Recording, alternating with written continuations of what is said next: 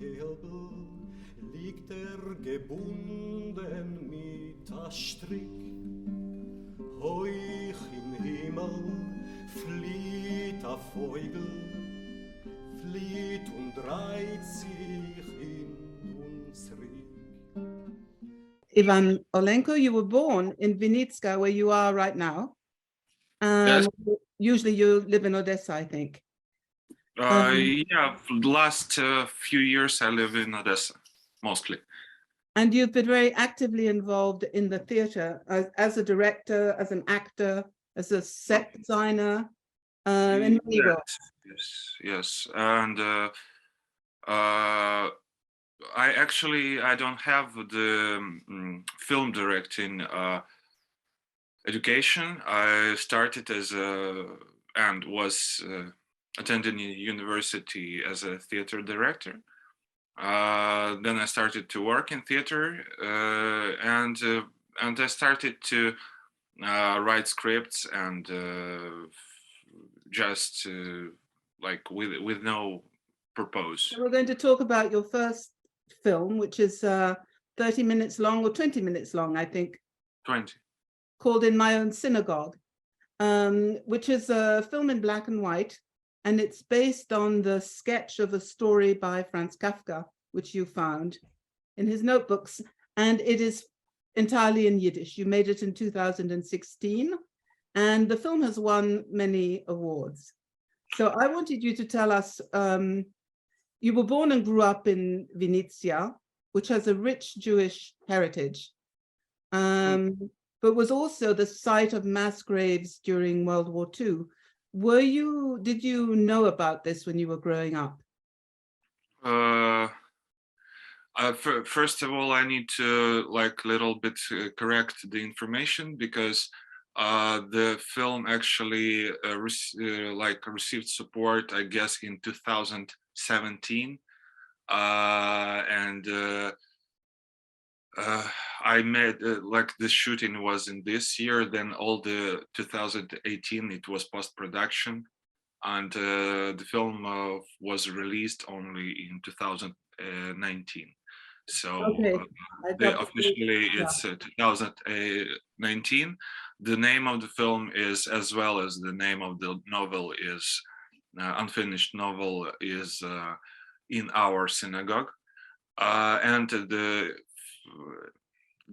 it was written by Kafka in German. The Yiddish was my decision in which language to make it.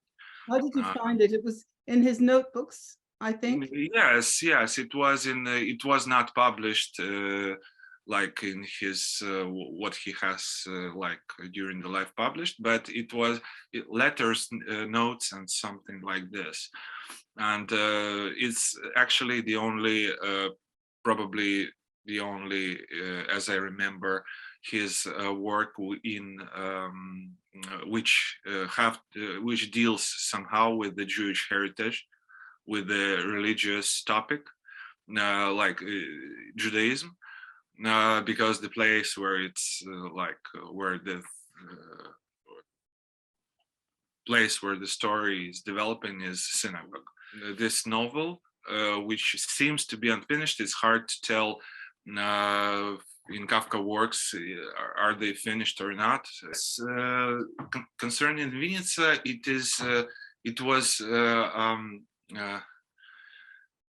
it has some Jewish quarters, some Jewish. It was pretty much all the population before the World War II was mostly Jewish here, and it still has some buildings that Jewish people lived in. Which a synagogue or home? Yeah, also synagogues, but also the Jewish quarters. We have this how to say some quarters, some streets that we call Jerusalemka, Jerusalem, Yes. like literal Jerusalem. because it was there was living mostly Jewish people, and it has some special architecture concerning the buildings, how they built them, and the planning of the streets and so on. But it was all before the German invasion, and yes, of course, I knew about because we have here the place where Hitler stayed for half a year. He stayed he built this how to say the special mansion or special residence here outside of the city, like on the outskirts in the woods. And after he was the Soviet army came, they destroyed it, but it's still some remains of these buildings. And yes, it is here, and of course, all the Jewish people who left here was executed, or here, or they was sent to Treblinka, Majdanek, whatever, to the Oswiecim, Auschwitz. Yes, of course, and but also before the war, here was in the big terror of 1937, and here was the main execution jail of the region in Vinnitsa. It's like two streets from my home, and it is a lot of mass graves. Yes. From that time. And when Germans came, they opened these graves to show like in media, in press, Western press and so on, what to the local people, what what Soviet people did, like NKVD. And they showed these corpses, and it was filmed. It was those graves with the executed people in 1937 was filmed. There were it was Red Cross Commission which examined these bodies. So it was kind of a scandal in Vinnitsa. Is this something that you were taught at school? I was not paying much attention to the school. Actually, I was pretty, how to say, pretty much not about going into school. But my family was... Well, you hated going to school. I preferred to spend my time as I want. And yes, and my family was, they were saying, telling me some stories about this. And actually my family has some Jewish origin, Jewish roots, and partly the family was executed, but not in Vinnitsa, in other places. So you're saying some of your family was Jewish? Yeah, part of my family. Yeah. And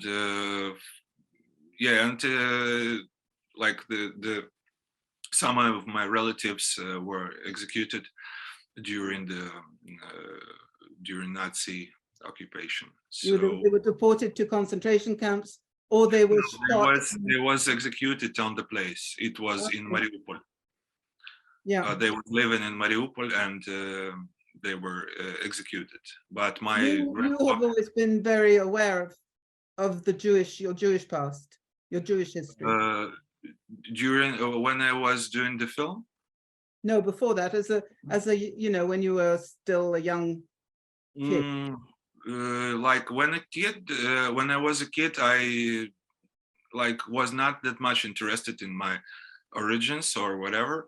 And when I was teenager, I guess, so when I was 15 maybe, I started to ask questions, started to about my the story of my family, and I was pretty much surprised that I'm kind of Jewish, and I never thought this. And because my grandfather, who is Jewish, and he hated to talk about, in passport we have like surname, Yes. name, like date of when you was born, and nationality before in Soviet passports. And this was the fifth thing that's stated in the passport. So the Jewish people was like invalids of this fifth point in passport. You mean that it would say Jewish in the passport? Yes, like some said Jewish, some said Russian or Ukrainian, whatever. Yes. My grandfather, for example, he had in his passport that he's Ukrainian, but he's not.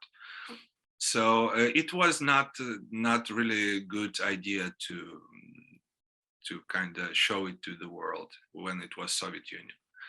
Yes. And it was pretty anti-Semitic time and place. When you grew up, was it also anti-Semitic? Did it remain? We are still kind of have this from time to time, like of course not in my how to say, I'm not let's say I'm not religious. I'm not showing that I'm Jewish to anybody.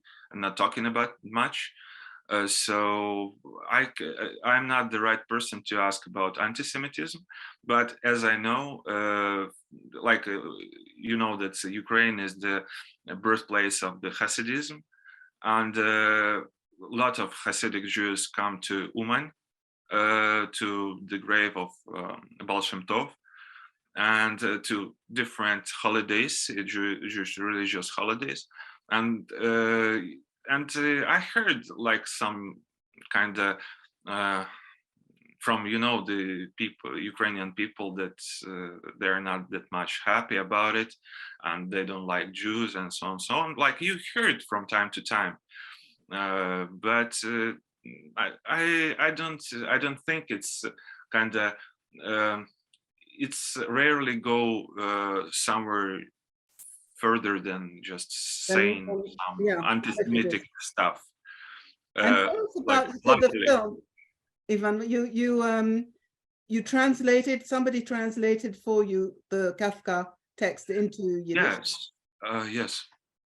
And then you found all these people who are, some of them professionals, some of them amateur, just normal people, in the Hasidic community, or where did you find your actors? First of all, the translation. Translation was when I had the script. I understood, I understood from the beginning, from the very idea, that I need some to make it in Yiddish, not in Hebrew, because like all the people here was speaking Yiddish, and. I knew this, but and I even understand a bit of Yiddish from my childhood, when I was just a little kid. And yes, and I understood that I have to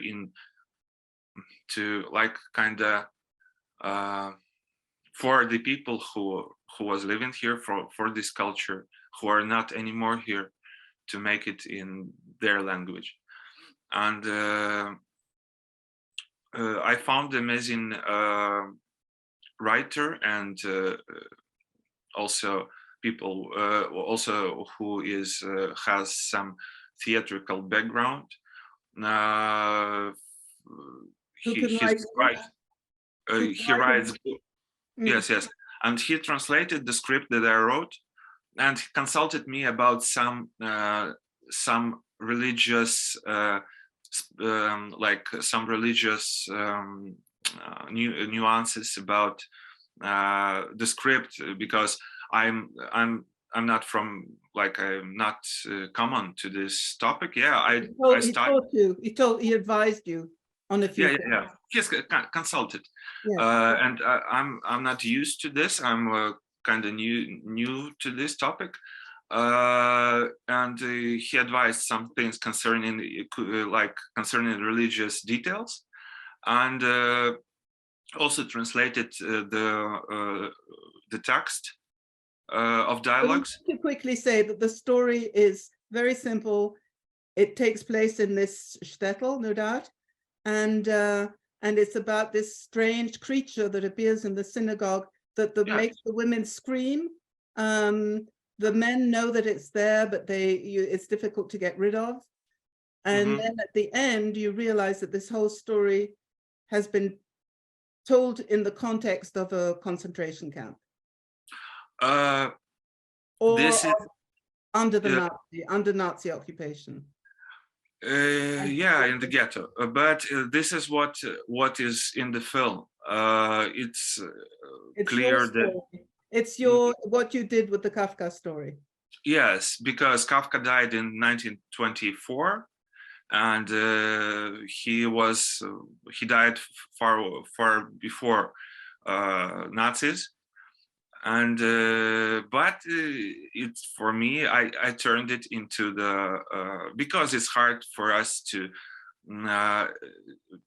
perceive the Jewish story from the beginning of like from the first half of the 20th century without keeping in mind what happened after. And so I put this story into the context, his story about the synagogue, into the context of ghetto, in which some boy lives who is wondering about this creature he never saw, and he trying to find out what is it, and it leads him to his death. So basically, it's very subtle. I mean, it could be seen as being afraid of things that don't really exist, and then not seeing the things that are really there. I mean, it's up to the audience. It's up to your perception. Yes. I don't want to give any, let's say so. Yes, like I don't want. It's up to audience what they want to see. It's very open. It's very good because it leaves it very open to the viewer to think, what he sees as the meaning of it. But tell us about your actors. Who are these people? Where did you find them? Mostly the people are unprofessional. They're not actors. Part of the rabbi was played by this writer Michael Felsenbaum, who was translating text to Yiddish, and he also helped. Yes, and he also helped to prepare other actors, their pronunciation and so on. Young people mostly are. There was not speaking Yiddish, so they had to learn. They have to learn the dialogues, and old people, other old people, except Rabbi, is mostly their speakers. And I found them I started the shooting in Kiev. I found them like Michael Felsenbaum. He's living in Israel, and he came to Ukraine for shootings. He also have the radio program in Yiddish, so you can search for it. Yes, he came from Israel. Other old people, I found them in Kiev in synagogue. And boy is from Mukachevo. It's nearby Hust, where the film mostly was shot. That's the synagogue is there. In Hust, yes, it's a Zakarpattia region, Carpathian Ukraine. And the funny story about this synagogue is it never stopped to be synagogue. Even when, yes, even when the Hungarians came, like Hungarians was there, it was still a synagogue. And then when the Soviet Union came there after, they tried to like, because atheistic, anti-religious like nature of Soviet regime, they started to to fight with the religious people, religious buildings and so on, so on. And they tried to turn the synagogue into something else, like club or I don't know, some other building. But as legend says, the Jewish woman, they protected the building. They they also found a place in Strasbourg, I think, and in other parts of Ukraine. Yes, also some street scenes was shot in also Hust, Mukachevo. It's also Carpathian region of Ukraine, and I had French, little bit of French money from a French co-producer in and Strasbourg Metropole, I guess. They gave some little bit of money for this film, and I made a few scenes in Strasbourg. And what about the rest of the money? The rest of the money came from Ukraine, governmental money, and also I had a little for the script when it was just the idea. I had from one Jewish organization, and a small grant for this script and development, and then for post-production I had sponsor money from the sponsors, who, like, from the American businessmen, who because we put all the money into production, and then it was no money for post-production, and it was long. So you needed yes, another budget. Yeah, yes, and I found this American businessman who is Jewish origin, and he came from the exact place where we was shooting, and I asked him for a little bit of money to finish the film, and his name is Alex Roft, and he's all the sponsors are there in the credits. Yes, and it's also very beautifully filmed. The atmosphere and the images are really great. I read, Ivan, that you were planning a film about the German Nazi filmmakers who filmed in ghettos. Is that what your plan was? Yes. I'm still preparing this project. It have to be a feature film. And I'm going to Vida studio to make some test shooting in the February of this. Because you want to use a lot of archive material as well. And yes, and then I was the Vida school invited me to. The Vida school is in Warsaw. Warsaw, yes. Yeah. Yeah, so I will make a little scene from this script, like to Like it's a teaser, so people can see. Kind of, yes. And because it's always easier to develop to gain financing, to develop this whole stuff when you have some visual materials. I have archive materials, but like it's not the same. It's but you want to have actors as well mixed with I'm thinking of the strategy of how I'm gonna include the material or not include material, have to remake to make something totally different. I'm like developing this. And do you want it to be a short film or a feature length film? Feature. I did another short just this year. And what's that about? It's hard to tell. It's about it have a setting of war nowadays.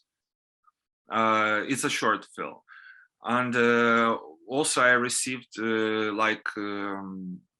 I will receive, like next year, I will receive a grant from president for another short. So it will be Also about the war now.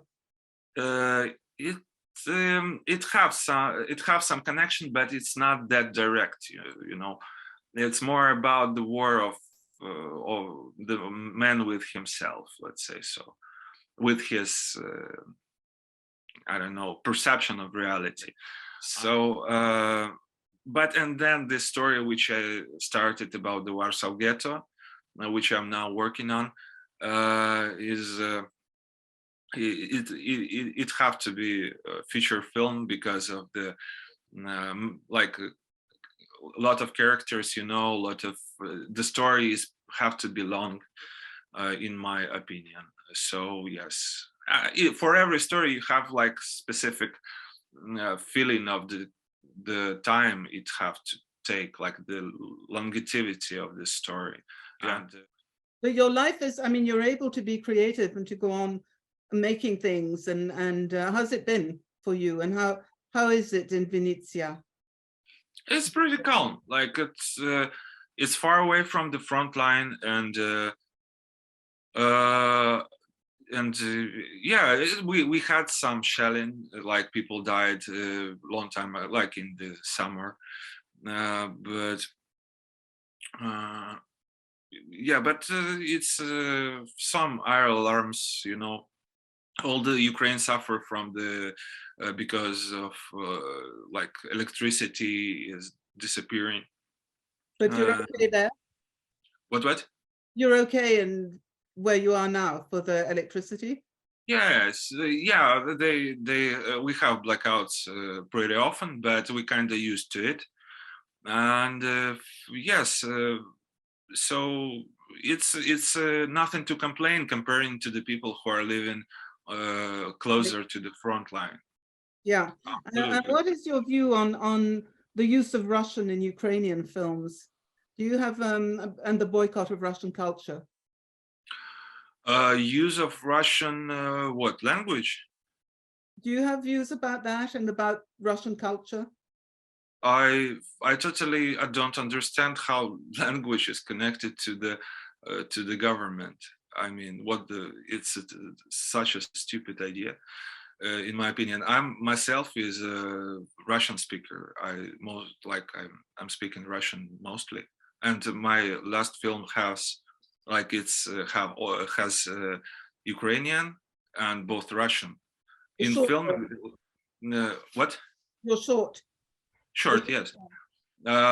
In my opinion, it's like in especially in the arts, like in it's have to be no boundaries. I mean, if I want the character to talk this way, he will talk this way.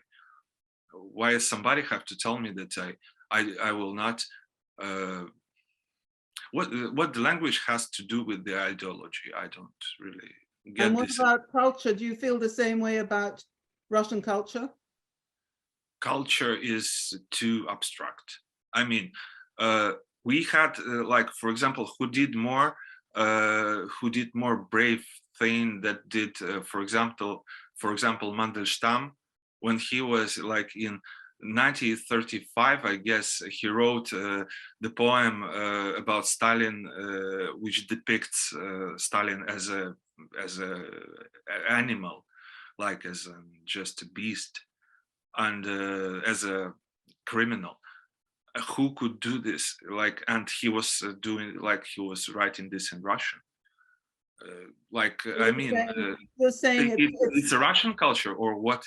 What yeah. I mean, like, if the ideology is in this like film or book or whatever is anti-humanity, like it's anti-humanity in this ideology, is some imperialistic stuff.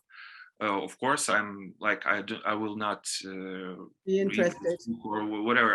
I will just I don't have interest in any sort of propaganda, you know, any sort. But you don't or it's Russian propaganda, or it's Russian propaganda, or it's Ukrainian propaganda, or it's like, I don't know which propaganda. Propaganda is not an art. like it's making people think what you want them to think. And art is not about this at all. So I just don't really understand what is Russian culture and where it ends.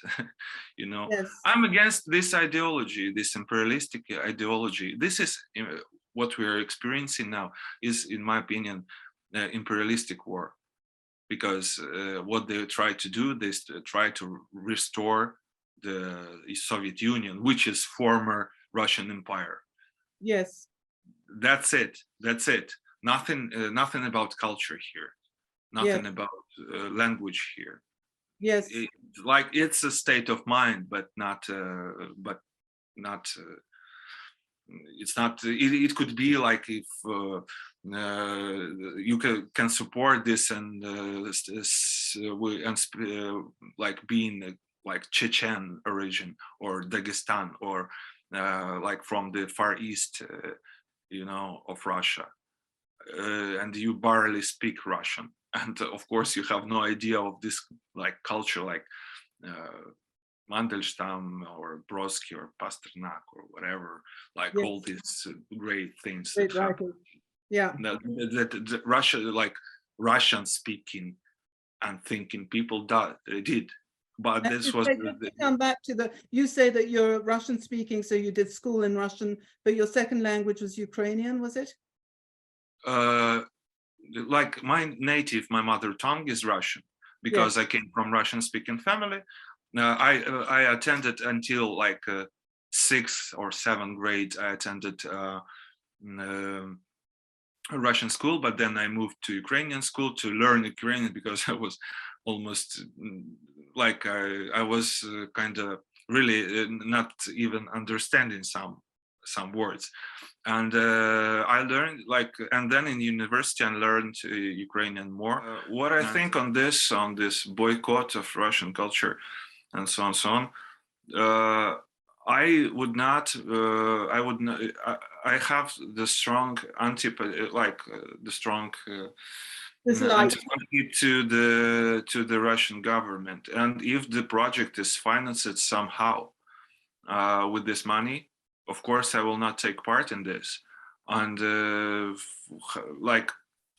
of course, like when they bring some performances made in the theaters or like films made with the Russian government money, of course it's not a good thing to tolerate this. And but if the person is like having the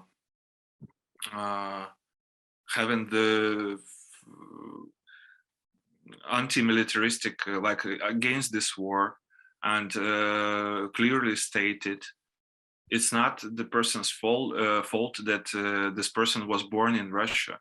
Come on. Absolutely, yeah. Yeah. Like, and because when we had this revolution of dignity in 2014, our government was pretty weak.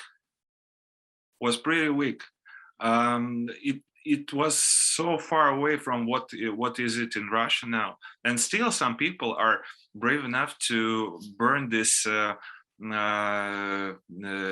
military stations, you know, where they mobilize the people. So like some Russian people are like really, I really adore them. Big risks of being, some people are being very brave. And yes, some people go to jail for just saying they're against this war. Yes. And they stay in Russia, and I have no right to say to blame them for something. You know, this particular people. For me, it all depends on what the person is, who this person is, and where money came from for this particular project. Yeah. So I don't put everybody to the one, let's say, basket, you know. Yeah, yeah. I'm against this because this is too simplifying the issue. Yes. Simplifying. I'm against this, and I think that in each case you have to look carefully on this person, does this person did this person something against this or not?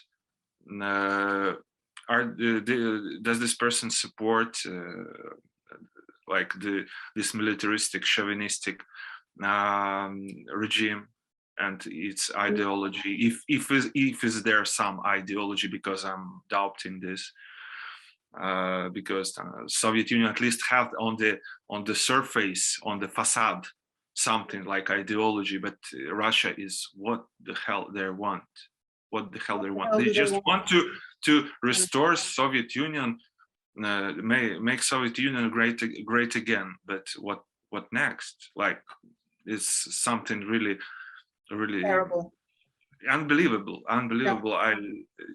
I'm so shocked by this, like how people can follow this, how people can defend this. Yes. You know? Yeah, I agree. Ivan, thank you very much for this interview, and good luck with the films, and very good luck with the one in the Warsaw Ghetto, which sounds really interesting. So thank you for the support. Bye bye.